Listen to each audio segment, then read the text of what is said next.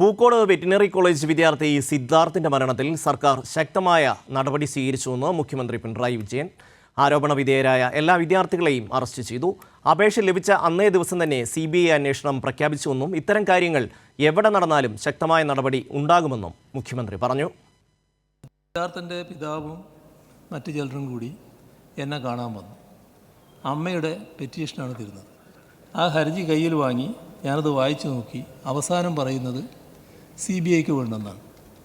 അത് വായിച്ച ഉടനെ ഞാൻ പറയുകയാണ്, നിങ്ങളുടെ അഭിപ്രായം അങ്ങനെയാണെങ്കിൽ CBIക്ക് വിടാം. അന്ന് തന്നെ അതിൻ്റെ സർക്കാർ ഉത്തരവും ഇറങ്ങുക. പിന്നെ ഏതാനും ഉദ്യോഗസ്ഥന്മാർ 2-3 ദിവസം വൈകിപ്പിച്ചു എന്നുള്ളതുകൊണ്ട് അതിൻ്റെ കാര്യങ്ങൾ അട്ടിമറിക്കാൻ പറ്റുമോ?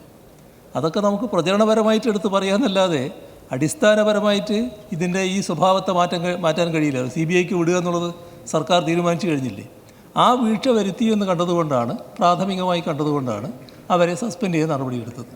ആ നടപടി കൃത്യമായി പാലിച്ചിട്ടും. വിജിൻ, മുഖ്യമന്ത്രി എന്തൊക്കെ കാര്യങ്ങളാണ് ഇത് സംബന്ധിച്ച് പറഞ്ഞത്?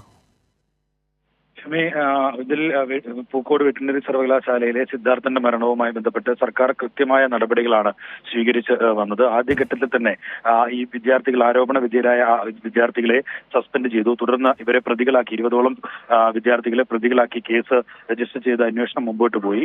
അതിനിടെയാണ് അമ്മയുടെ പരാതിയുമായി അച്ഛനും അതുപോലെ തന്നെ കുടുംബാംഗങ്ങളും തന്നെ വന്ന് കണ്ടതെന്ന് മുഖ്യമന്ത്രി വ്യക്തമാക്കുന്നു. അതിൽ പരാതിയിൽ പ്രധാനമായും ഏറ്റവും അവസാനം പറഞ്ഞത് CBIക്ക് വിടണം എന്നുള്ള കാര്യമായിരുന്നു. അപ്പോൾ തന്നെ കേസ് CBIക്ക് വിടാൻ സർക്കാർ തീരുമാനിക്കുകയും ചെയ്തു.